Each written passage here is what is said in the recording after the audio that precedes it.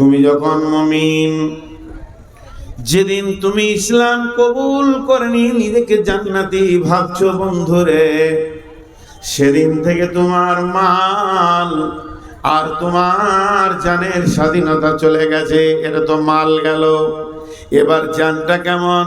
আল্লাহ কোরআনে বলছেন, বিসমিল্লাহির রহমানির রহিম, ওয়ালা তাকরাবুল ফাওয়াহিশা মা জারা মিনহা ওয়া মা বাতান ওয়ালা তাকতুলু নাফসাল্লাতী হারামাল্লাহু ইল্লা বিল হাক্কি যালিকুম ওয়াসাকুম বিহি লাআল্লাকুম তাকিলুন। সকাল থেকে নিঃশ্বাস লিচি সকাল থেকে, আর আমার জানটা ক্ষয় হয়েছে। আমি কবরের দিকে আগাচ্ছি। এখন আপনারা 10 মিনিট বসে কোরআনের কথা শুনলেন, জীবনের 10টা মিনিট আপনার ভালো কাজে লাগলো। আমি একজন শিক্ষিত মানুষকে বলছিলাম, মক্কাতে একসাথে ছিলাম, মক্কায় বলছিলাম, ভাই প্রতিটি মানুষের পেছনে একটা করে কলম চলছে। ইসিজি করতে দেখেছেন? ইসিজি, অল্ট্রাসোনোগ্রাফি করতে দেখেছেন? আর হ্যাঁ না বলেন এতগুলো লোক। রুগীকে শুইয়ে দিয়ে হাতে পায়ে চিমটি দেয়, দিয়ে তারপরে এত বড় একটা রেডিওর মতো আছে, ওটাকে ডাক্তার চালায়, আর ওখানে একটা কলম আছে, এমনি এমনি করে ঘষে, ওইটাতে ওর বডির রিপোর্টটা বের হয়, এটাকে বলে অল্ট্রাসোনোগ্রাফি। তো আমরা যেদিন থেকে জন্ম নিয়েছি, কোরআন বলছে তোর পেছনে একটা কলম চলছে। সব সময় আমি ঘুমিয়ে গিয়েছি, কলম চালু আছে। কথা বলছে, বিসমিল্লাহির রহমানির রহিম, মা ইয়ালফিযু মিন কাওলিন ইল্লা লাদাইহি রাকীবুন আতীদ। আজকে জালসায় এসেছি, ওই কলমটা চলছে সন্ধ্যা 6টা থেকে। নূর মোহাম্মদের পেছনে একটা কলম চলছে, একটা রিল কাগজ বের হচ্ছে, ওখানে রিপোর্ট বের হচ্ছে। রিপোর্টে আসছে কি, সন্ধ্যা 6টা থেকে 10টা পর্যন্ত খালি জিলাপি আর মার্কেটে আর মহিলাদের ভিড়ে মেলাতে আনন্দ করেছে, খালি লাল কালি বের হচ্ছে। আবার এখন বসে বায়ান শুনছে, একই কলমে সবুজ কালি বের হতে লাগলো। এতক্ষণ সময়টা ভালো চলছে, আল্লাহ গোটা ফিতেটা রিলটা কিয়ামতের মাঠে আপনার সামনে করে দিয়ে বলবে, জীবনে কতটা সময় তুমি ভালো কাজে ব্যয় করেছ আর কতটা সময় তুমি অন্যায় কাজে ব্যয় করেছ। হে আমার গোলাম, তুমি দেখে নাও, আমার কলম তোমার পিছনে 24 ঘন্টা চলছে। তুমি এমন একটা কথা বলো না যার সংরক্ষণকারী সংরক্ষণ করে না। এবার আল্লাহ বলছেন, জান আমার, এই যে দিক দিক দিক দিক দিক দিক দিক দিক সবচেয়ে চলছে, হৃৎপিণ্ড চলছে, আমার জীবিত আছি, তা মনে করছি জানটা আমার। কিন্তু হরিশ্চন্দ্রপুর গেছি বেড়াতে, মন গেছে চায়ের দোকানে একবার বসি, চা খাই। অনেকক্ষণ তো হাট বাজার করলাম, তা একটু চা খাই। চা খেলাম, আল্লাহ কিছু বলছে না। তারপরে মনটা বলছে, চা তো খেলিচ্ছ, তোর চানা মুড়ি খাই, খেলিলাম, আল্লাহ কিছু বলছে না। তা কাপড়ের দোকানে যে একটা গামছা গলা কিনি, মার্কেটে সব করছি, করতে করতে করতে করতে মন বলছে, মূর্তিটা বিরাট বড়, সুন্দর করে সাজিয়েছে, পরশু পূজা হবে, একবার দাঁড়িয়ে কিছুক্ষণ দেখি। আল্লাহ কোরআনে বলেছেন, ওয়ালা তাকরাবুল ফাওয়াহিশা মা জাহারা মিনহা ওয়া মা বাতান। হে মুমিনের দল, হে আমার গোলামের দল, তোমার জানটা তিলে তিলে তিলে তিলে সেকেন্ডে ব্যয় হচ্ছে, এই পৃথিবীতে ব্যয় হচ্ছে, ব্যয় হবে ঠিক আছে, কিন্তু আমি যেখানে মানা করেছি ওই জায়গায় তুমি কোনো কোনোদিন দাঁড়াবে না। যেখানে প্রকাশ্য কাবিরা গুনাহ হয়, যেখানে মূর্তি পূজা হয়, যেখানে আপনার মাজারের পূজা হয়, যেখানে দেবদেবীর পূজা হয়, যেখানে মদের আড্ডা হয়, তাসের আড্ডা হয়, জুয়ার আড্ডা হয়, যেখানে জিনা ব্যভিচার চলে, সুদের কারবার চলে, যেখানে আপনার কিনা লুচ্চামি চলে, সমস্তকে এক ভাষায় আল্লাহ বলেছেন, হে আমার মুমিনের দল, তোমার জীবনের একটা সেকেন্ড তো দূরের কথা, 1 সেকেন্ডের 100 ভাগের 1 ভাগ ওই জায়গাগুলোতে তুমি দাঁড়াবে না। ওয়ালা তাকরাবুল ফাওয়াহিশা, ফাহিশা কাজের কাছে তুমি যাবে না, ওখানে পৌঁছাবে না। ওই জায়গায় নোংরামি চলছে, তোমাকে আমি দাঁড়াতে মানা করেছি। ওই জানটা আমার, আমি চালিয়ে রেখেছি বলে চলছে, আমি চাপ মেরে ধরে নিলে এক্ষুনি তুমি দুনিয়া ছেড়ে দেবে। তার মানে তুমি চলনি, আমি চালাচ্ছি, তোমার পেছনে একটা চালক আমি আল্লাহ রয়েছি। হে মুমিনের দল, তোমরা যারা নিজেকে মুমিন মনে করছো, এই জায়গাগুলোতে দাঁড়াবে না।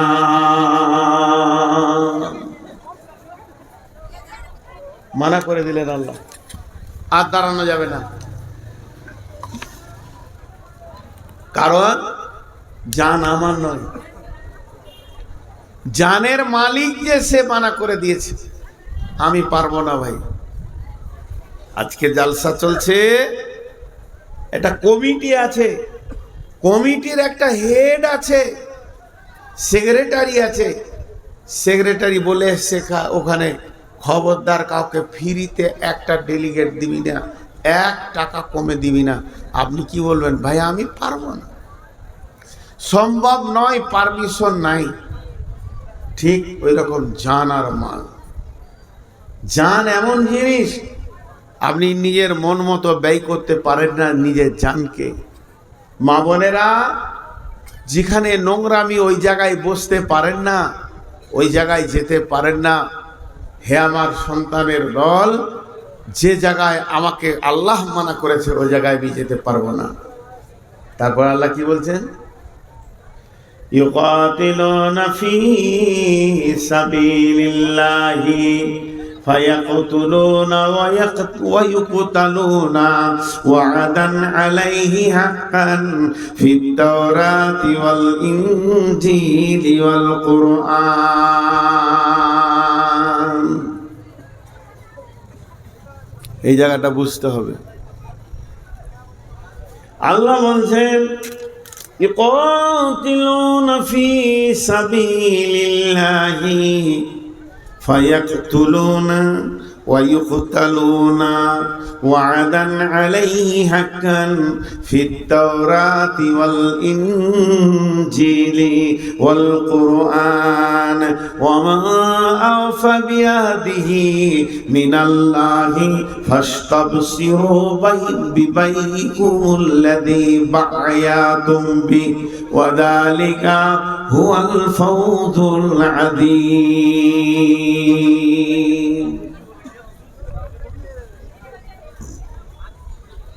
ছোট্ট একটা উদাহরণ দিচ্ছি। মোটর বাইক দেখেছেন? মোটর সাইকেল, যে কোনো গাড়ি, মোটর সাইকেল হোক, 4 চাকা হোক, ট্রাক হোক, বাস হোক, ও ড্রাইভারের সঙ্গে কথা বলে গাড়ি। আমার কথা বুঝতে পেরেছেন? গাড়ি ড্রাইভারের সাথে কথা বলে। যারা গাড়ি চালাতে জানেন এরা বুঝবে, যারা গাড়ি চালাতে জানে না ও বুঝবে না। গাড়িতে আপনি চেপেছেন, স্টার্ট করেছেন, গাড়ি যখন চলতে শুরু করবে তো ড্রাইভারের সাথে কথা বলবে। রাস্তা দেখে ড্রাইভারকে বলবে ফার্স্ট গিয়ার দে, সেকেন্ড গিয়ারে দে, এবার টপে দে, রাস্তা ভালো। আবার যখন দেখবে যে বাম্পার আসছে, কোনো রাস্তাঘাটে ছেলে পিলে গরু ছাগল আছে, গাড়ি বলবে ব্রেক কর, টিপে ধর, থামা, আবার দ্বিতীয় গিয়ার দে, এবার 3 বার দে, টপে দে। তো যতক্ষণ গাড়ি চলে ড্রাইভারের সাথে গাড়ির একটা অ্যাডজাস্টিভ কথা হতে থাকে। বুঝতে পেরেছেন? বাস চালালেও দেখবেন ড্রাইভার তখনই first gear, second gear, third gear করতেই আছে, আর বাস চলছে। তার কারণ রাস্তা এবং রাস্তার পজিশন আর গাড়ি আর ড্রাইভার 3টে মিলিয়ে চলে। ওকে চিঠি দিতে হয় না, চিঠি দিতে হয় না, কাউকে বলতে হয় না এখন সেকেন্ড ইয়ার দে, কাউকে মাইকিং করতে হয় না, কোম্পানির তরফ থেকে খবর আসে না। পাকা ড্রাইভার রাস্তা দেখলে বুঝে নেয় যে রাস্তা কি বলছে, আমার গাড়ির গিয়ার কত নম্বর দিতে হবে। আমি কথাটা বললাম, এটা বুঝতে পেরেছেন? আমি কথাটা জীবিতদেরকে বললাম না মৃত্যুদেরকে? একটা তো উত্তর চেয়েছি রে ভাই। যারা ড্রাইভার তারা বুঝতে পেরেছেন? আমি যে উদাহরণটা দিলাম সেটা আপনারা বুঝতে পেরেছেন? হ্যাঁ, কিন্তু এত চুপ কেন? বাংলাদেশে ডিসেম্বরে যাব, ওখানে জালসা করে একটা মজা, মুখ খুলে ঠিক বলেছেন, বলতে হবে, আরো আগ্রহ লাগে কথা বলতে। আর এখানকার শ্রোতাদেরকে গরম করাই যায় না, মুখ খুলবেই না। তো এইটা একটা উদাহরণ দিলাম, আর একটা উদাহরণ দিচ্ছি, এটা খারাপ মনে করে নিয়েন না। মুখ দিয়ে মানুষ কথা বলে, কিন্তু মুখটাকে যদি বন্ধ করে দেওয়া হয় চোখেও কথা হয়। চোখে কথা বলে কারা? প্রেমিক প্রেমিকারা। এর জন্য একজন দার্শনিক বলেছেন, ফাহেশা শুরু হতি হ্যায় আঁখ সে और खत्म होती है शर्मगाह से। প্রকৃত প্রেমিক যদি হয় তো দুজন তাকালে অনেক কথা হয়ে যায়। এ ভাষা পৃথিবীতে আসে নাই, কোনো সাহিত্য নাই, বই নাই, পড়া যায় না। খালি যারা প্রেমিক প্রেমিকা হয় চোখে চোখে দেখলে তাদের অনেক কথা হয়ে যায়। দুটা উদাহরণ দিলাম। 3 নম্বরটা বুঝেলেন? বাচ্চা ছেলে 1 বছর 1.5 বছরের ছেলে কোন ভাষায় কথা বলে? 1 বছর 1.5 বছরের ছেলে কোন ভাষায় কথা বলে? তো পৃথিবীর কেউ না বুঝলে ওর মা বুঝে আমার ছেলে এখন কি বলছে। এর নাম মহব্বত, এই ভাষাটার নাম মহব্বত। এবার চলেন, উদাহরণ অনেক দিয়ে দিলাম। আজকে 2025 সালে কাউমারি কেন এই পৃথিবীর মুসলমানদেরকে বক্তা এনে মাইক দিয়ে গরম করতে হচ্ছে? তোমাদেরকে টাকা লাগবে, এখানে টাকা দিতে হবে, টাকা দিলে এই জিনিসে এই কাজ হবে। কিন্তু সাহাবা রাদিয়াল্লাহু আজমাইনদের জীবনটা কেমন ছিল? তারা এই আয়াতের তাফসীর কেমন বুঝেছিল? তারা নিজের মাল এবং জান কখন দিতে হবে পরিস্থিতি দেখে তারা বুঝে নিত। তাদেরকে এলানের প্রয়োজন হতো না জান কখন দিতে হবে। আল্লাহ এখন আমার জানটা চাইছে না আমার মালটা চাইছে, সাহাবীদের বুঝতে অসুবিধা হতো না। ওহুদের যুদ্ধে বিশ্ব নবী মদিনা প্রাম্বে, মদিনার প্রাতদেশে মসজিদে নববী থেকে মাত্র 3 কিলোমিটার দূরে ওহুদের স্পট, যেখানে ওহুদের যুদ্ধ হয়েছে, ওখানে একটা পাহাড় আছে। ওই পাহাড়টার নাম হলো ওহুদ। ওই পাহাড়ের নামের কারণে যুদ্ধটার নাম হয়েছে ওহুদের যুদ্ধ। এই যুদ্ধে বিশ্ব নবী লোহার বর্মা পরেছিল, গোটা বডিতে লোহার চাদর পরেছিলেন, মাথায় লোহার চাদর পরেছিলেন। আর বিশ্ব নবীর বডিটা স্বাভাবিকের থেকে একটু ভারী হয়ে গেছে। আল্লাহ নবী ডান দিকে বাঁ দিকে সামনে পেছনে চারিদিকে যেন সব সময় মহড়া দিতে রয়েছেন, কখন কোন দিকে শত্রু আসে। সাহাবা রাদিয়াল্লাহু আজমাইনেরা রাসূলের সঙ্গে রয়েছেন, চারিদিকে যেন একটা মহড়া চলছে। ঠিক এইরকম সময়ে আল্লাহর নবী একটা পাথরের উপরে উঠবেন। স্বাভাবিক একটা মানুষ যত উঁচুতে উঠতে পারে, পাথরটার একটু উঁচুতে রয়েছে, মাঝে একটা যদি আর একটা ছোট পাথর থাকতো তাহলে ওটাতে পা দিয়ে আল্লাহর নবী ওই পাথরে উঠলে মহড়াটা ভালো হতো। রসুলের চিন্তা, আপার চিন্তা। হযরতে তালহা রাদিয়াল্লাহু তাআলা আনহু দেখলেন আল্লাহর নবী এই পাথরটা উঠতে চাইছে কিন্তু ঠিক জুতে আসছে না। তালহা তালহা রাদিয়াল্লাহু আনহু কি করলেন? দৌড়ে গিয়ে পাথরের নিচে শুয়ে গেলেন আর বললেন, ইয়া রাসূলুল্লাহ, আপনি আমার বুকে পা দিয়ে উঠে যান। তালহা বুঝে নিলেন এখন আমার বডিটা আমার আল্লাহ চাইছে। বিশ্বনবী তালহার বুকে পা রাখলেন আর ওই পাথরে উঠে দাঁড়ালেন, পা রাখলেন আর বললেন, তালহা রে, তুমি যে কাজ আজ করেছো, তুমি নিজের জন্য জান্নাতকে অধিক করেছো। বলেন, কে বলেছিল তালহাকে? তিনটে বক্তা নিয়ে এসে বায়ান করে বলবে, তালহা রসুলের পায়ের নিচে সুদগা, রসুল উঠবে ওখানে। বুঝে নিয়েছিল এখন আমার বডিটা চাইছে। শুধু তাই নয়, বেঈমান কাফের মুশরিকরা রসুলকে লক্ষ্য করে তীর রেডি করেছেন। জিহাদের ময়দানে সাহাবীরা চারিদিকে ব্যস্ত। তালহা দেখছেন এরা যেভাবে তীরকে রেডি করেছে, বিশ্ব নবীকে তীরের ধনুতে, তীরের ফলাতে যার যার করে ফেলবে। হযরতে তালহা আল্লাহর নবীকে উহুদের প্রান্তে একটা গর্তে ঢুকিয়ে দিয়ে মুখে দাঁড়িয়ে গেলেন। শুধু দাঁড়ালেন না, নিজের বুকে 180টা তীরকে খেলেন। সেই তীর খেয়ে রক্তে রঞ্জিত হয়ে পড়ে গেলেন। বন্ধুরা আমার, এ ছিল সাহাবীদের জীবন। তারা জানতো ইসলামের জন্য কখন জান লাগবে আর কখন মাল লাগবে। আল্লাহ আমার জানটা কখন চাইছে আর মালটা কখন চাইছে তারা জানতো। তারা প্রেমিক ছিল, প্রেমিক ছিল। তাদের চোখের ইশারা এমন হতো, প্রেমিকের মতো ঝাঁপিয়ে পড়তো। ভাইরা আমার, শুধু এইটা নয়, আল্লাহর নবী মসজিদে নববীতে সাহাবীদেরকে বললেন, বসে যাও। তবুকের অভিযান। আল্লাহর নবী বললেন, যায়েদ তুমি কোথা আছো? লাব্বাইক ইয়া রাসূলুল্লাহ। আব্দুল্লাহ ইবনে রাওয়াহা কোথা আছো? আব্দুল লাব্বাইক ইয়া রাসূলুল্লাহ। জাফর বিন আবি তালিব কোথা আছো? লাব্বাইক ইয়া রাসূলুল্লাহ। আল্লাহর নবী বললেন, ও আমি তবুকের প্রান্তে প্রধান সেনাপতি করলাম যায়েদকে, যিনি দ্বিতীয় সেনাপতি হবে জাফর ইবনে আবি তালিব, তৃতীয় সেনাপতি হবে আব্দুল্লাহ ইবনে রাওয়াহা। যখন জায়েদের নাম নেওয়ার পর, জায়েদের নাম নেওয়ার পর জাফর ইবনে আবি তালিবের নাম নিলেন, তখন জায়েদ বুঝে নিলেন আর আমি পৃথিবীতে থাকবো না, আমি শহীদ হয়ে যাব। তারপরও জায়েদ তৈরি হয়ে গেলেন।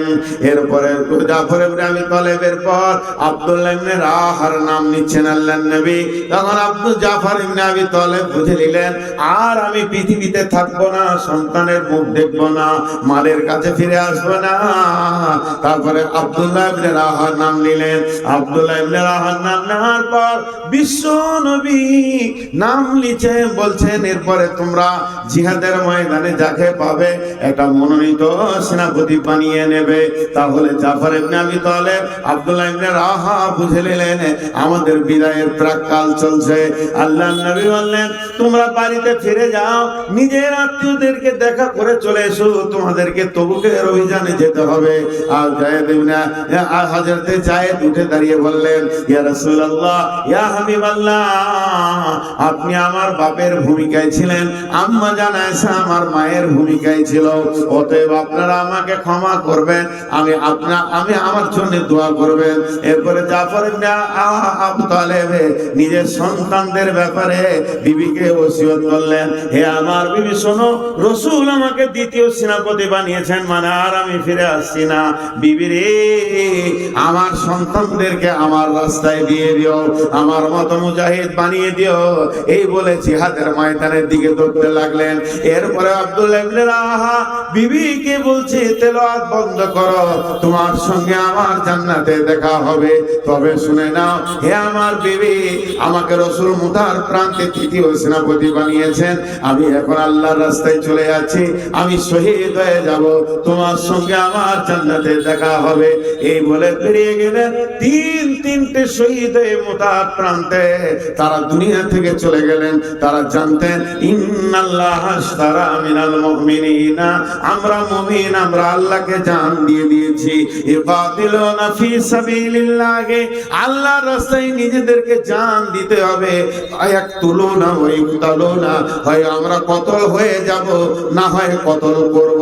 এই আল্লাহর রাস্তায় দাঁড়িয়ে হয় তুমি কতল হয়ে যাও, না হয় তুমি বিপক্ষকে কতল করে দাও। ওয়া ইকতালুনা ফি সাবিলিল্লাহ, আল্লাহর রাস্তায়। তারা জানতো কখন জান দিতে হবে, তাদের এটা জানা ছিল। জানা নাই আপনার আর আমার। ভাইরা আমার, এইটা নাকি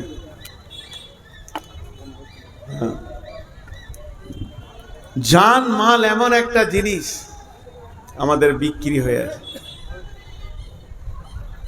হযরতে যায়েদ রাদিয়াল্লাহু তাআলা না শহীদ হয়ে গেলেন, পতাকা নিলেন জাফর ইবনে আবি তালেব। জাফরের ডান হাত কেটেছে, বাঁ হাতে করে ধরেছে, বাঁ হাত কেটেছে, দুই পায়ে করে জড়িয়ে ধরেছে, পা কেটে দিয়েছে, দাঁতে করে ইসলামের পতাকাকে ধরে আছে। তারা জানতো যে আমাকে কেন বানানো হয়েছে, আর আমাদের কিছুই জানা নেই। মাল কখন ব্যয় করতে হয় তারা জানে। ভাইরা আমার, মাল হযরতে উসমান গনি, আল্লাহ তাবারক ওয়া তাআলা উসমান গনিকে মাল দিয়েছিলেন, তিনাকে মালের সম্ভার দিয়েছিলেন, তিনাকে গনি বানিয়েছিলেন, ধনী বানিয়েছিলেন। তিনি ইসলামের তৃতীয় খলিফা ছিলেন। প্রথম খলিফা আবু বকর, বিদায়ের পর ওমর ফারুক রাদিয়াল্লাহু তাআলা আনহু। ওমর যেদিন বিদায় নিলেন, হযরতে উসমান গনি খলিফা হলেন। ওসমান একজন খলিফা, ওসমান একজন মুমিন মুসলমান, ওসমান একজন মাওলানা। শুধু তাই নয়, ওসমান হলেন রাসূলের জামাতা, যুনুরাইন। রাসূলের দুই মেয়েকে ওসমান বিয়ে করেছিলেন। একটা মরে যাওয়ার পর জামাইটা কত প্রিয় ছিল, রাসূল দ্বিতীয় বিটি দিয়ে দিলেন। তার নাম হচ্ছে হযরতে ওসমান গনি রাদিয়াল্লাহু তাআলা আনহু। এই ওসমান গনি যখন নিজের গম হয়েছে মদিনার মার্কেটে বিক্রি করতে গেছে, মদিনার হাটে দাঁড়িয়ে আছেন। এদিকে মাল, এদিকে কমলার আছে, এখানে কাপড়ওয়ালার আছে, এখানে আর কিছু অনেক আছে। এমন সময় দেখছেন ওই মদিনার মাটিতে বহু দূরে মরুভূমির বুক চিরে একটা দল আসছে, যে দলের ভিতরে তারা হাট করবে না, হাটে তারা কিনবে না, তারা বেচবে না, তাদের বেচার কিছু মাল নাই, কিনার মতো অর্থ নাই। তারা এত গরিব, কখন খেয়েছে ভুলে গেছে, কি খেয়েছে ভুলে গেছে। শুধু তাই নয়, তাদের পেটে খাবার নাই, গায়ে তেল নাই, মাথায় চিরুনি কাঙ্ঘি করেনি, একদম উস্কো খুস্কো হয়েছে। তাদের মধ্যে বৃদ্ধ আছে, বৃদ্ধা আছে, যুবক আছে, যুবতী আছে, শিশু আছে, নারী আছে, পুরুষ আছে। দল বেঁধে তারা মদিনার হাটের ভিতরে ঢুকছে। কিনবে না বেচবে না, তা ঢুকছে কেন? হাটে তো কিনা বেচাই হয় না। তারা ঢুকছে ক্ষুধার্ত অবস্থায়। কেউ যদি দুটি পয়সা তাদের হাতে তুলে দেয়, তারা পেটে ক্ষুধার্ত অবস্থায় রয়েছে। আজকে হাটের দিন, অনেক ধনী, অনেক ব্যাপারী, অনেক পাইকার লেনদেন করবে। যদি কারো দিল বলে যে কিছু দান করব, ওই মালটা পেলে খেয়ে বাঁচবে, এই অবস্থায় ঢুকছে। আর যে লাইনে ঢুকছে, যে রোডে ঢুকছে, ওই জায়গাতেই হযরতে ওসমান গমের ঢেরি লাগিয়ে আছে। আপনার আমার মালে ভেজাল থাকতে পারে, ওসমানের মালে ভেজাল থাকবে, এটা বিশ্বাস করা যায়? পরিষ্কার পরিচ্ছন্ন গম। পাইকাররা আসছে আর বলছে, হুজুর কি দাম নেবেন? হুজুর কি দাম নেবেন বলেন? হযরত ওসমান খালি একটা কথা বলছে, একটু ঘুরে আসেন, এই তো এলাম, বাজার দর একটু উঠুক, বিক্রি করব, আমি বিক্রির জন্যই তো এসেছি, খালি বাজারটা একটা উঠুক। আহা, ওই দল যখন ঢুকেছে, ওসমানের বিবেকের ঘরে একটা হাতুড়ি পড়ে গেছে, ধাক্কা পড়ে গেছে। মাল তো আল্লাহ চাইছে, এবার আমার এই মাল কিনার জন্য আমার খরিদ্দার এখন আল্লাহ স্বয়ং নিজে হয়ে গেছে। তার কারণে গরিব গুলো কেন এলো? হযরত ওসমান বলছে, বাবু তোমার গামছাটা পাতো, লাও, 1 সা 2 সা, তোমরা কজন? 5 জন লাও। তোমরা কজন? 3 জন লাও। লাও লাও লাও, একটা বস্তা শেষ হলো, দ্বিতীয় প্যাকেট গেল, তৃতীয় প্যাকেট গেল, সমস্ত মালগুলি তার চলে গেল। হযরত ওসমান বুঝে নিলেন, আজ আমার কাছ থেকে আমার আল্লাহ মাল চেয়েছে। চলে গেল মাল চলে গেল। ব্যাপারীরা বলছে, ওদের তো পেটে খাবার জুটে না, দাম কত দিল? বলছে, আজ তো বিজনেস আমি আল্লাহর সঙ্গে করেছি, এবং টাকার বিনিময়ে নয়, জান্নাতের বিনিময়ে করেছি। কত চিন্তাটা সূক্ষ্ম, বোঝাটা কত ওদের জন্য আসান। ভারতবর্ষের মুসলমান, বিশেষ করে আমাদেরকে কথা বলছি, এখন আল্লাহ আমাদের কাছ থেকে কি চাইছে বুঝে আসছে।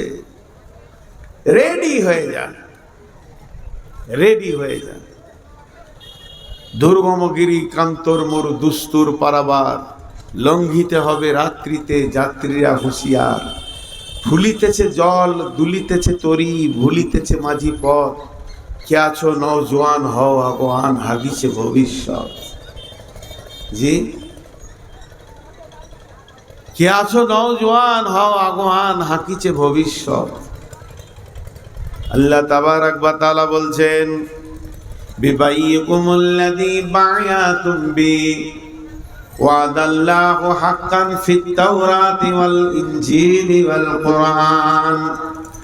এই ওয়াদাটা আমি শুধু কোরআনে করেছি তা নয়, এই প্রতিশ্রুতিটা আমি তৌরাতে দিয়েছি, ইনজিলে দিয়েছি, আবার কোরআনে দিলাম। মুসলমান তোমরা শোনো, পূর্বপুরুষ থেকে জান মাল আল্লাহ কিনে রেখেছেন, তোমরা জান মাল এনে আমাকে দেবে, আর আমি তোমাদেরকে জান্নাত দেব। এই ওয়াদাটা শুধু আজকে নয়, ফিত তাওরাতি ওয়াল ইনজিলি ওয়াল কুরআন, তাওরাতে করেছে, ইনজিলে করেছে, কোরআনে করেছে। অতএব মুসলমান, তুমি রেডি হও তোমার মাল আল্লাহর জন্য। টেবিলটা দেখতে পেয়েছিস না?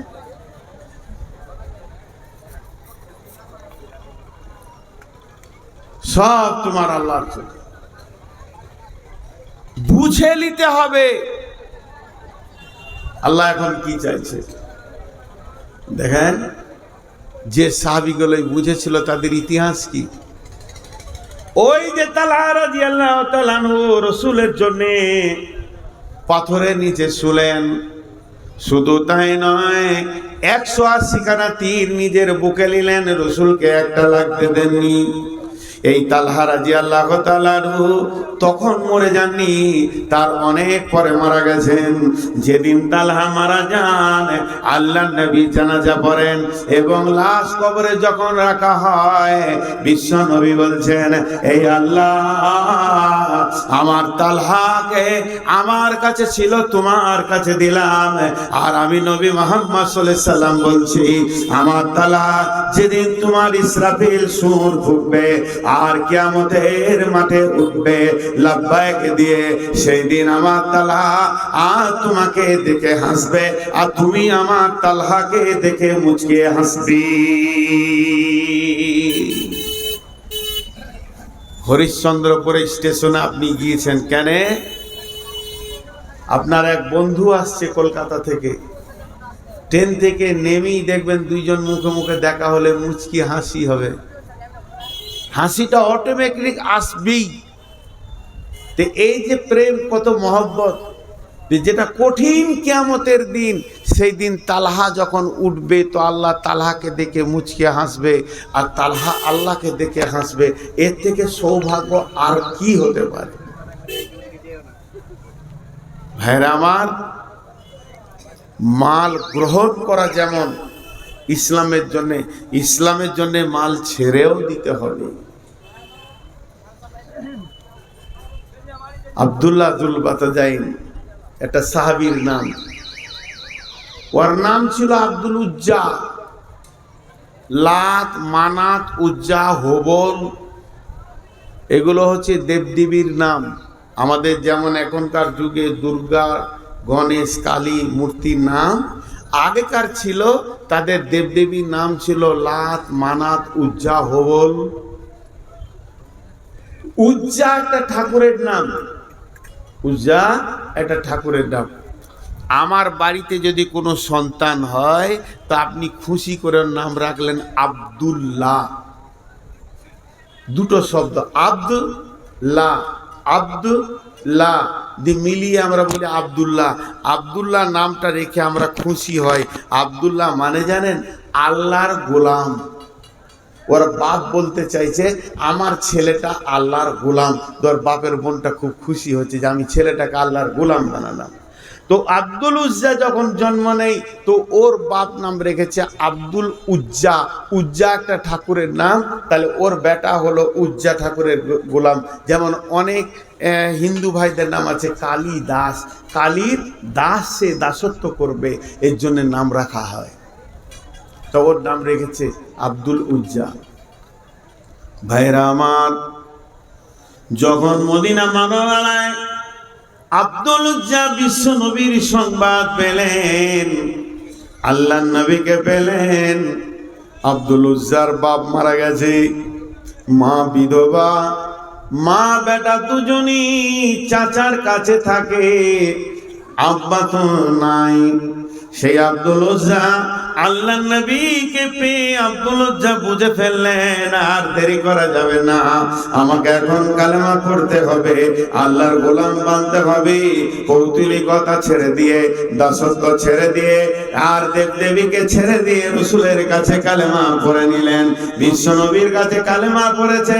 এই খবর যখন তার চাচা পেয়ে গেছে, আব্দুল উজ্জার চাচা, চাচা বলছে আব্দুল উজ্জা রে, তোর ব্যাপারে কি শুনলাম, তুই নাকি বিধর্মী হয়ে গেছিস। তখন আব্দুল উজ্জা পরিষ্কার বলছে, চাচা বরং সত্যকে এতদিন খুঁজে পেয়েছি, সত্যের সন্ধানে ছিলাম, সত্য যখন পেয়েছি মিথ্যাকে ছেড়ে দিয়ে সত্যকে গ্রহণ করে নিয়েছি।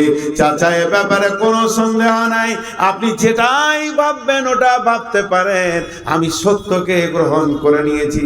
চাচা বলছে, বেটা শোন, যদি ওটাকে গ্রহণ করিস তাহলে বাপ চাচার মালে তুই ওয়ারিস থেকে বাদ চলে যাবি।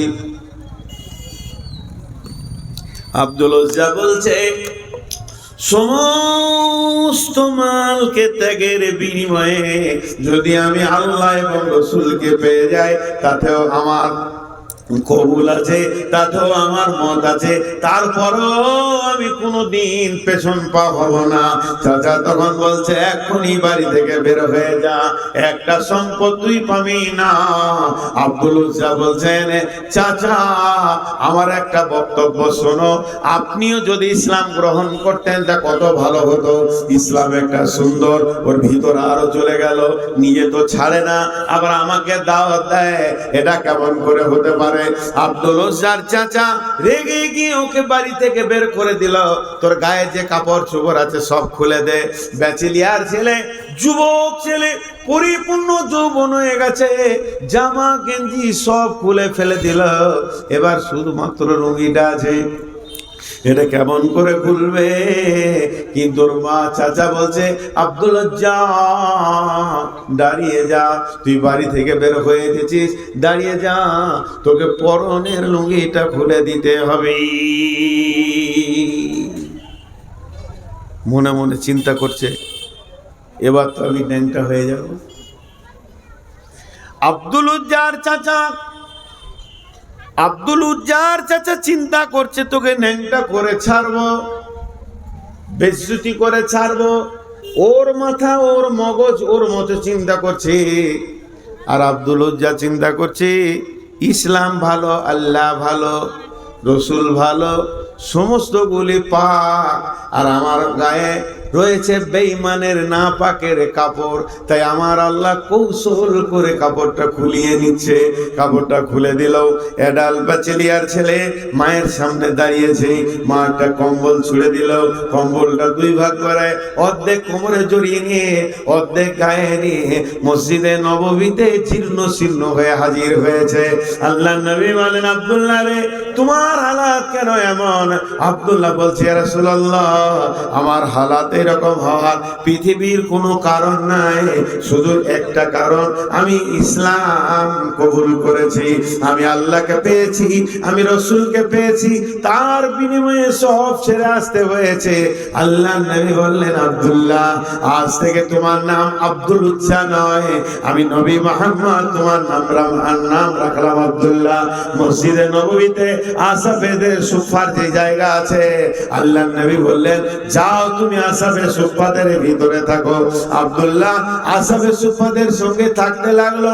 যাদের ঘর নাই, বিবি নাই, ছেলে নাই, আবার যদি কোনো হাদিয়া সাদকা আসে সেই খেজুর তারা খেতে পায়, আর যদি না আসে তাহলে না খেতে যায়, তাদের সঙ্গে থাকতে লাগলো আব্দুল্লাহ। আব্দুল্লাহ থাকতে থাকতে জোরে জোরে কোরআনকে তেলাওয়াত করে করে পড়তে লাগলো। অন্য সাহাবীরা আসাবে সুফাদের মধ্যে গিয়ে আল্লাহ নবীকে বলছেন, ইয়া রাসূলুল্লাহ, আব্দুল্লাহ এমন করে কোরআন পড়ে, ওকে আস্তে করে পড়তে বলেন, আমাদের সহ্য হয় না, আমরা এত চিল্লানি শুনতে পারি না।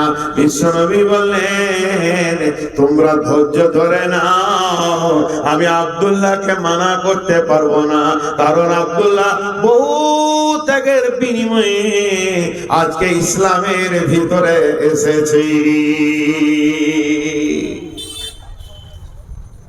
এই লোকটা কি করে বুঝলে যে আমাকে জান দিতে হবে? মুতার যুদ্ধে মদিনাতে এলান হয়ে গেল, যার কাছে যা আছে মাল মসজিদে নববীতে জমা করো।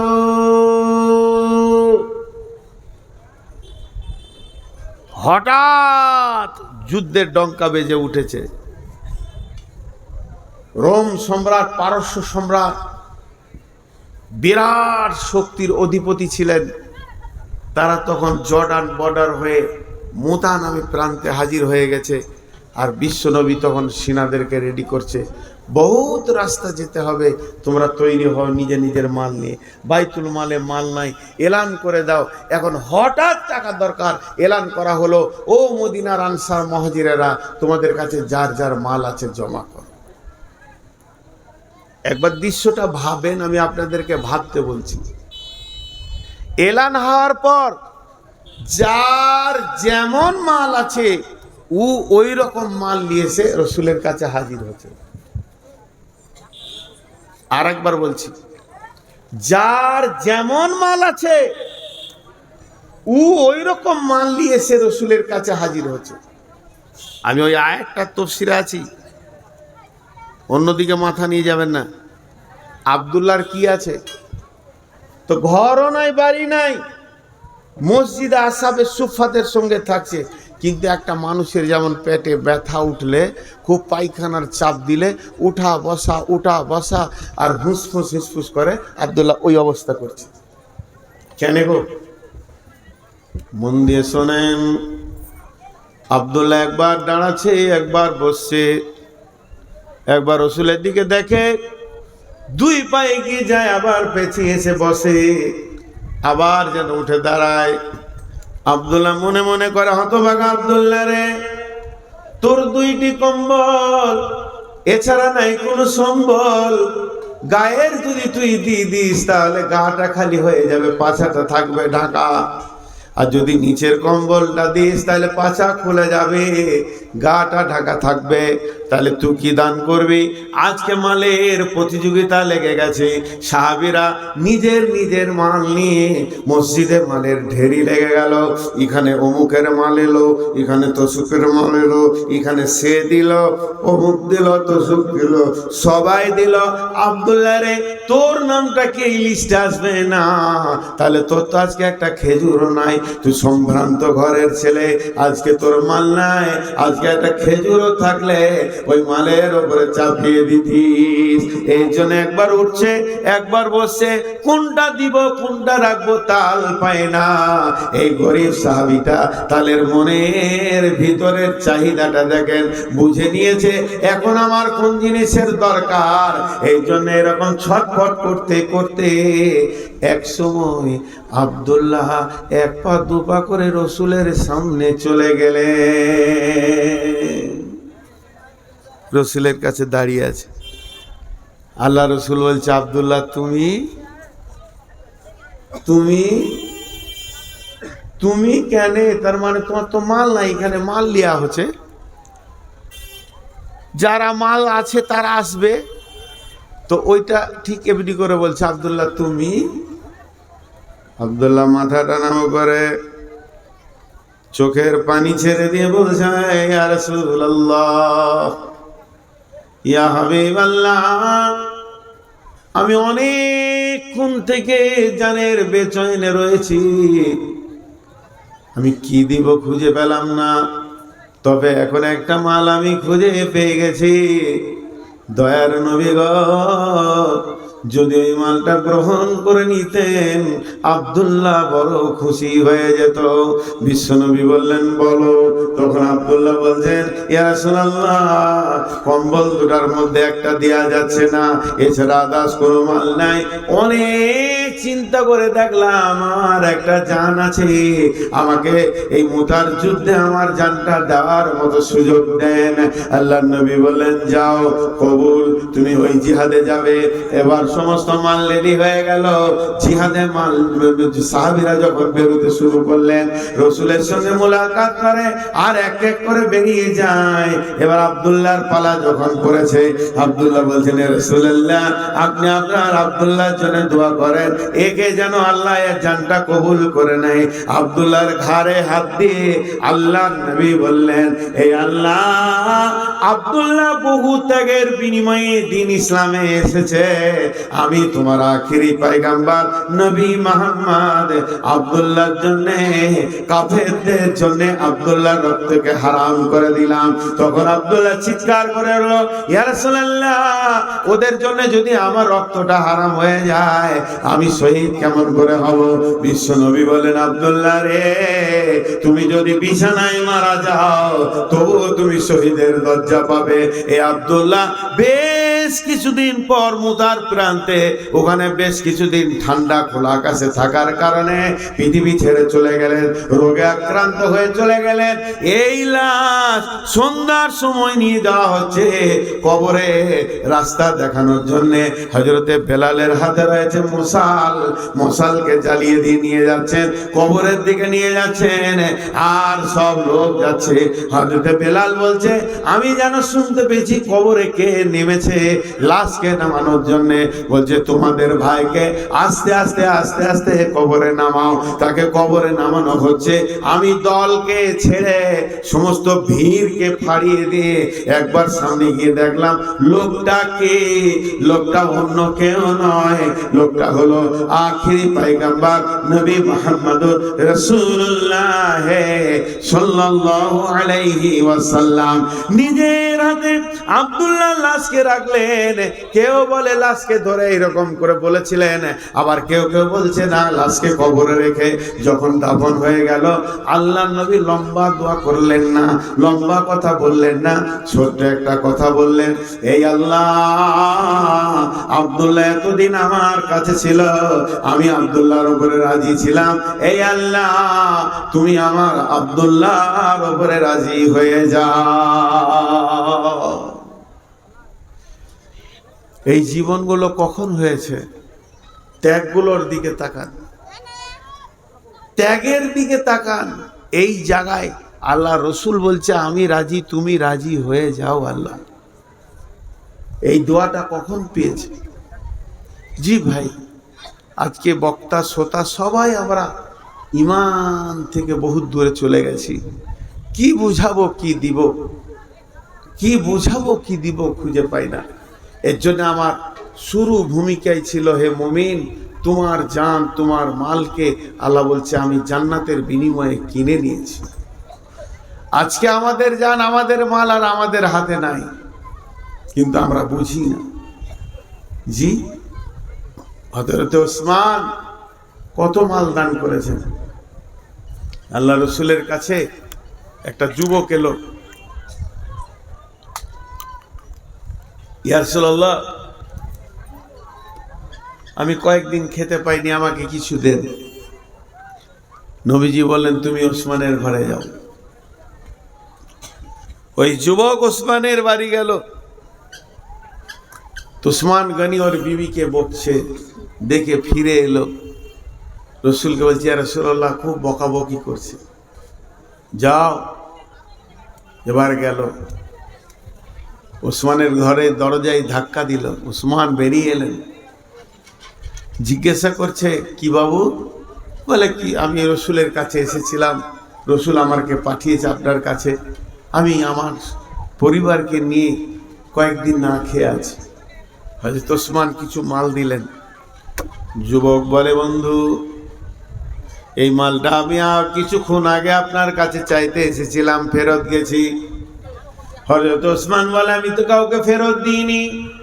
যুবক বলে আমি মাল চাইবো কোথা? দরজায় যখন এলাম আপনি আপনার বিবিকে বকছেন। আর বকার কারণটা কি? দুইখানা প্রদীপ জ্বেলেছে, একটা আলোতে হয়ে যাবে, একটা প্রদীপে হয়ে যাবে, দুইটা অতিরিক্ত জ্বেলেছে, এই জন্য আপনি বকছিলেন। আমার মন বলছে যার ঘরে দুইটা প্রদীপ জ্বললে সে বিবিকে এত বকে, ওই লোক কি দান করতে পারে নাকি? এই জন্য আমি লজ্জায় পালিয়ে গেছিলাম, শরমে পালিয়ে গেছিলাম, আবার আমি ফিরে আসলাম। তখন হযরত ওসমান বলছে বন্ধু তুমি বলো, কিয়ামতের দিন হিসাবে লেনদেন চলবে, সেদিন হিসাব নেওয়া হবে, হিসাব দেওয়া হবে। আমি যেগুলো দান করছি এগুলো আমাকে আল্লাহ হিসাব দেবে, আর যেগুলো আমি খরচা করছি বাড়িতে এগুলো হিসাব আল্লাহকে আমাকে দিতে হবে। অতএব কিয়ামতের দিন হিসাব দেওয়ার থেকে হিসাব নেওয়া আসান। এর জন্য আমি খরচা করতে ভয় পাই, দান করতে ভালো লাগে। দান করতে ভালো লাগে। জি, মুমিনের গুণই হচ্ছে দান করা। মুমিনের গুণ হচ্ছে তার মাল থেকে আল্লাহ রাস্তায় বের করে দেওয়া। কোরআন শুরু করতে যে আল্লাহ বলেছেন বিসমিল্লাহির রহমানির রহিম, আল্লাযীনা ইউমিনুনা বিল গায়বি ওয়া ইউকিমুনাস সালাতা ওয়া মিম্মা রাযাকনাহুম ইউনফিকুন। ওই লোকটার ঈমান আছে, ওই লোকটার ঈমান নাই, এই লোকটা বেঈমান, ওই লোকটার ঈমান আছে। আল্লাহ বলছে শোনো, যার ভিতরে দুটি গুণ দেখবে জেনে নাও তার গায়েবের উপরে ঈমান আছে। আল্লাযীনা ইউমিনুনা বিল গায়বি, সে আল্লাহকে বিশ্বাস করে, ফেরেশতা বিশ্বাস করে, জান্নাত বিশ্বাস করে, জাহান্নাম বিশ্বাস করে। যেগুলো চোখে দেখলো না এগুলোকে বিশ্বাস করে। কি কাজ দেখলে বুঝতে পারবে? সে পৃথিবীতে দুইখানা কাজ করবে। আল্লাযীনা ইউমিনুনা বিল গায়বি, গায়েবের উপরে, অদৃশ্যের উপরে বিশ্বাস আছে কিনা।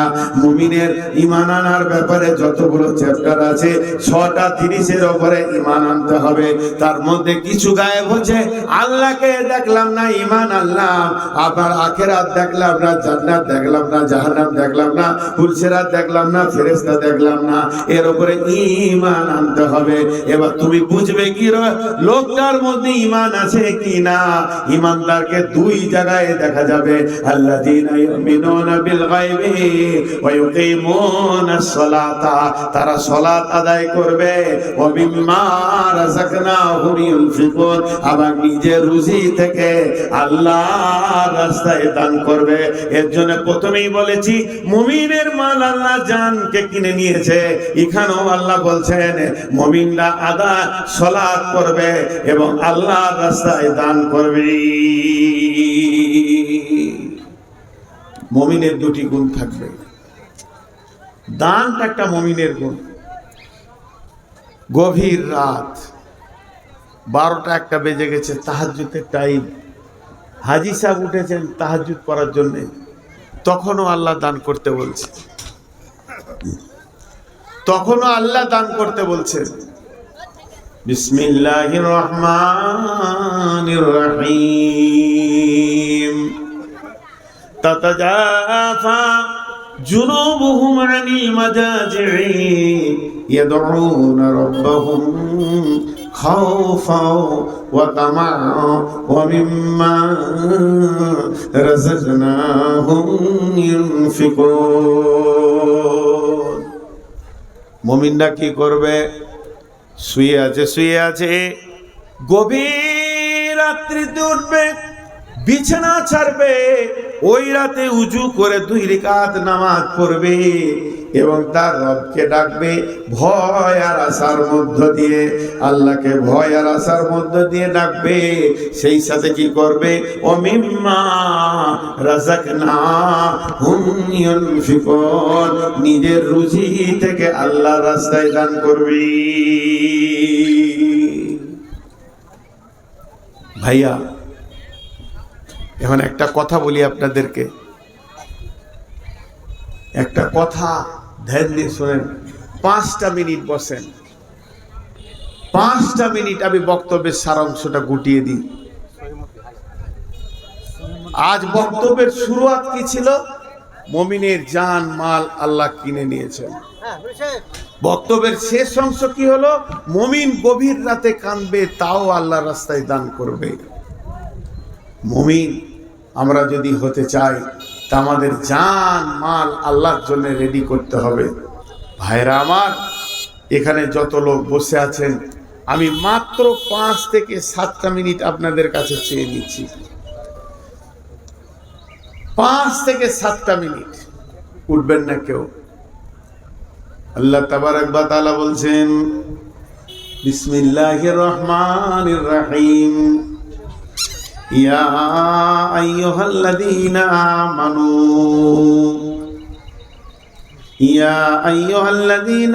আমানু ইসতাঈনু বিস-সাবরি ওয়াস-সালাতি ইন্নাল্লাহা মা'আস-সাবিরিন ওয়া লা তাকুলু লিমান ইয়াকতালু ফী সাবিলিল্লাহি আমওয়াতুন বাল আহইয়াউ ওয়ালাকিন লা তাশউরুন। وَلَنَبْلُوَنَّكُمْ بِشَيْءٍ مِّنَ الْخَوْفِ وَالْجُوعِ وَنَقْصٍ مِّنَ الْأَمْوَالِ وَالْأَنفُسِ وَالثَّمَرَاتِ। এখানেও আল্লাহ ইমানদারদেরকে বলছে ধৈর্য ধরে আমার কাছে সম্পদ চাও। খবরদার, শহীদদেরকে মৃত্যু বলবে না, বরং তারা জীবিত তোমরা বুঝবে না। এবং হে মুমিনের দল, পৃথিবীতে তোমার জানের উপরে মালের উপরে পরীক্ষা চলবে। ওয়ালা নাবলুয়ান্নাকুম বিশাইইন মিনাল খাউফি ওয়াল জু'i ওয়া নাকসিম মিনাল আমওয়ালি ওয়াল আনফুসি ওয়াস সামারাত। মুমিন যে হবে জান মালের বিনিময়ে আল্লাহর কাছে সে যেন কোনদিন ফেল করবে না, পাস করে যাবে। হযরত ইব্রাহিম আলাইহিস সালাম সন্তানকে আল্লাহর সামনে জবাই করে দেখিয়ে দিল, আমিও আল্লাহ তোমাকে ভালোবাসি। যা হোক কুদরতে জবাই হলো না, সেটা আল্লাহর ক্যাপাসিটি। ইব্রাহিম দেখিয়ে দিয়েছে আমি জানও দিতে পারবো, মালও দিতে পারবো। অতএব আল্লাহ তাবারক ওয়া তাআলা বলছেন, হে আমার ইমানদার, তোমাদের জান মাল আমি জান্নাতের বিনিময়ে কিনে নিয়েছি। ভাই আমার, আজকে আমি পুরো 1.5 ঘন্টা 1.25 ঘন্টা কথা বললাম। একটা বিষয়, সেটা হচ্ছে আমার জান আর আমার মাল আমার নয়। দ্বিতীয় কোনো বিষয়ে আমি যাইনি। তো যে কজনই বসে আছেন, একবার বিবেকের চেতনা দরজাটা খুলি যে আমার জান আমার না আমার মাল আমার। যদি তা না হয়, একবার আল্লাহর হস্তে 5,000, 10,000, 1,000 দেনওয়ালা কে আছেন? আমি 6 মিনিট আপনাদের হাতগুলো ধরছি, উঠবেন না, তারপরে আপনারা যা করবেন করবেন। 6 মিনিট চেয়ে নিচ্ছি, আর প্রতি মিনিটে আমি বলে দেবো যে আর 4 মিনিট আছে, আর 3 মিনিট আছে। আল্লাহর হস্তে উঠবেন না। আমি তো ওসমান গনির কথা বললাম যে সে মালের বিনিময়ে দান, বলছে আমি দান করে আনন্দ পাই, খরচা করে আনন্দ পাই না। তা আল্লাহর গোলাম কেউ আছেন এই মসজিদ কেন্দ্রিক আয়োজিত মাহফিলে আপনারা 5,000, 2,000, 10,000, 20,000 কারো দেওয়ার যদি ইচ্ছা থাকে যে শেষ বক্তার হাতে দিব, তা আল্লাহর গোলাম বলতে পারেন আপনারা কেউ আছেন কি? মা বোনেরা আপনারা পর্দা থেকে দিয়ে পাঠান। আমি বহু দূরের মুসাফির, আপনাদের জন্য দোয়া করব। আছেন কেউ আল্লাহর গোলাম? এখানে কেউ রয়েছেন ওই রকম 5-10 হাজার দেনেওয়ালা কেউ রয়েছেন? জি বলেন। আল্লাহর বান্দা বলেন, আল্লাহর জন্য বলেন। একটা 5,000 বলেন দেখি, একটা। এই ধনমাল ছিল তোমার ও দাদার, সে মরে গিয়ে আজ হয়েছে বাবার। বাপের মালেতে তুমি ওয়ারিস হইলে, কাল ছেলে ওয়ারিস হবে তুমি মরে গেলে। ধন ধন করিও না ধন অপরজন, মরিলে তোমার সঙ্গে যাবে না কধন। ধন জন অপরজন না রহে কাহার, আনিত ভাবে এই নিত ব্যবহার। ধন জন অপরজন না রহে কাহার, অপরে তোমার মালে ওরা ব্যবহার। একা অন্ধকারে ছিলে মায়েরই উদরে, একা ফের যেতে হবে ঘোর অন্ধকারে। দেখেন পাশে কি নাম, দেখেন জামাল হোসেন, দাদা দাদি চাচা, এরা সব দুনিয়াতে নাই। 5,000 টাকা দিয়েছে, 10,000, 5,000 নগদ, 5,000 বাকি লিখে দেন। জামাল হোসেন ভাই অনেকজনের মনের আকাঙ্ক্ষা, এই আল্লাহ জামাল ভাই 10,000 দান করেছে নগদ বাকি নিয়ে। মাহবুব দানটা তুমি কবুল করে নাও, আমি মুসাফির তোমার কাছে আবেদন করি। এবং যতজনকে সে নিয়ত করেছে, দাদা দাদি আর ভাই চাচা, যার যত আত্মীয় স্বজন মাটির নিচে চলে গেছে, আল্লাহ তাদেরকে তুমি মাফ করো, ক্ষমা করো, তাদেরকে তুমি দয়া করো। কিয়ামতের দিন নবীর হাতে পানি পান করা তৌফিক দিও। শহীদের দরজা দান করিও, শহীদের সঙ্গে তুমি জান্নাত দান করিও, ফুলসিরাতে পার করে দিও। মাহবুব গো, আমি যা চেয়েছি তা দাও, আমি যা চাইনি তাও তুমি দাও। যতদূর আমি চেয়েছি আমার জ্ঞান মোতাবেক, তুমি তোমার শান মোতাবেক দাও। হে আল্লাহ, দানের বদলা তুমি দান করো, আমিন আল্লাহুম্মা আমিন। আর কেউ আছেন 5,000 দেনেওয়ালা? আর একটা, আমার হাতে আর 4 মিনিট আছে। 6 মিনিট বলেছিলাম, 4 মিনিট, 5 মিনিট নাই, কিন্তু উঠবেন না। যিনি দাম দেবেন তিনি আসেন, বাকি কেউ জায়গা ছাড়বেন না। আছেন কেউ আল্লাহর গোলাম? আল্লাহর গোলাম কেউ আছেন? জি, টাকা না হলে আপনারা সিমেন্ট দিবেন। ও টাকা যদি না দেন তো সিমেন্ট বলেন, সিমেন্ট বলেন। কিছু সিমেন্ট কাজ রানিং চলছে নাকি? আচ্ছা সিমেন্ট বলেন। দেখি যে 6টা লোক বসে আছে, একটা করে যদি সিমেন্ট দেন তো 200 বস্তা হয়ে যাবে। আল্লাহর বান্দা কেউ আছেন? সিমেন্ট দেন, সিমেন্ট দেন, বালু দেন, ইট দেন, রড দেন, পাথর দেন, কনস্ট্রাকশনের মাল যা লাগবে দেন। আল্লাহর গোলাম কেউ আছেন? জি, কোন মা বোন আপনারা টাকাগুলো দিয়ে পাঠান, কিন্তু উঠবেন না, জায়গা ছাড়বেন না। আমি বলে দিচ্ছি, টাইম যা বলেছে আর 3 মিনিট আছে। আমি যেটা চেয়েছি 3 মিনিট নাই, 2.5 মিনিট আছে। আমি 2.5 মিনিটে বলে দেব, সময় শেষ। যার হাতে যা আছে আমার হাতে দেবেন। জাযাকাল্লাহ ভাই আমার। আল্লাহর গোলাম কেউ আছেন? আর একটা 5,000 দেখতে চাইছি, আর একটা। কাউয়ামারির মাটিতে কয়েকবার এলাম, এখানকার মানুষকে ভালো লাগে, মাশাআল্লাহ, ভালো মহব্বত আছে বলি জোয়াসাটা আছে। জি, আল্লাহর বান্দা কেউ রয়েছে? দেন। আল্লাহর গোলাম আল্লাহর জন্য বলেন, আল্লাহর গোলাম আল্লাহর জন্য বলেন। জি, আর একটা দেন 10,000-এ কেউ? একজন দাঁড়ান, একজন। কত আছে? 5,000, 10 নয়, এটা 5,000। 5 বলি ভুল করলাম নাকি রে? 10 দিত। মাশাআল্লাহ, কি নাম? মোহাম্মদ ইউনুস ভাই। 10,000 দিয়ে দেবে ইউনুস ভাই? এরা বলছে 10,000 দিয়ে দেবে, আমার জোড়া হয়ে যাবে বলছি। আচ্ছা আচ্ছা, 5,000 লিখেলেন। 5,000 কি? ইউনুস ভাই 5,000 বাকি। ইন্না লিল্লাহ। তো সিমেন্ট করেন, সিমেন্ট খুললে তো কিছু দেন। মাশাআল্লাহ। আর কেউ আছেন ভাই আমার? আপনাদেরকে আমি বসিয়ে রাখতে পারবো আর 1 মিনিট, 1 মিনিট, তারপর আপনারা স্বাধীন। বসেছেন এর জন্য আমি খুশি, আমাকে ভালোবাসেন, আমার মহব্বতে বসেছেন, আমার কথা রেখেছেন। আল্লাহ এর জন্য আপনাদের ইজ্জত সম্মানকে বাড়াবেন। আমার ইজ্জত দিয়েছেন, আল্লাহ আপনাদের ইজ্জত দান করুন। আমি দোয়া দিচ্ছি। মাশাআল্লাহ। আর কেউ আছেন ভাই আমার? 1,000 2,000 দেনেওয়ালাও নাই? 1-2,000 তো দেন, 1-2,000 যা দেবেন দেন। আচ্ছা, যতজন বসেছেন তাদেরকে বলছি, আপনাদেরকে যত টাইম আমি চেয়েছিলাম টাইম দিয়ে দিয়েছে না? মার জন্য 500 টাকা তো, হ্যাঁ আচ্ছা আচ্ছা। আপনারা যার কাছে যা আছে 10 টাকা দিলে দিব, 1 টাকা দিলে দিব, সব নিজে নিজের টাকা দেন। সময় শেষ, আপনারা এবার উঠতে পারেন। শুধুমাত্র আমার হাতে টাকা না দিয়ে যাবেন না। মা মারা গেছে মাত্র কয়েকটা মাস, 4 মাস হলো। ছেলে 500 টাকা দান করেছে। মাবুদ, দানকে তুমি কবুল করো, তার মাকে তুমি মাফ করো, কবরে আযাবকে তুমি মাফ করে দিও। যদি কোনো কারণে 50 কিলো ধান লেখেন। 50 কিলো ধান কে? মাশাআল্লাহ। সিরাজুল, যার কাছে যা আছে দিয়ে যাবেন ভাই আমার। 10 টাকা দিলে নিব। মাশাআল্লাহ, জাযাকাল্লাহ, হায়াকাল্লাহ, বারাকাল্লাহ। পেছন ফিরে চলে যান না। মা আমার, আপনারা চাদরে শেষবারের মতো দিয়ে দেন। জাযাকাল্লাহ, হায়াকাল্লাহ, বারাকাল্লাহ। মা আমার, বোন আমার, হে আমার বন্ধুরা, যার কাছে যা রয়েছে আল্লাহর রাস্তায় দেন। আল্লাহকে ভালোবেসে দান করেন। রব্বুল আলামিন তোর বান্দা যাইয়া দান করেছে তোরই দরবারে, রহমতেরই ভিক্ষাজি দে মওলা দে। মাশাআল্লাহ। 10 20 50 যার কাছে যা আছে মাশাআল্লাহ, জাযাকাল্লাহ, হায়াকাল্লাহ। হ্যাঁ, 1 বস্তা সিমেন্ট লেখেন এই ভাই। মাশাআল্লাহ, ওই ভাই 1 বস্তা সিমেন্ট। বেলাল কত ধান?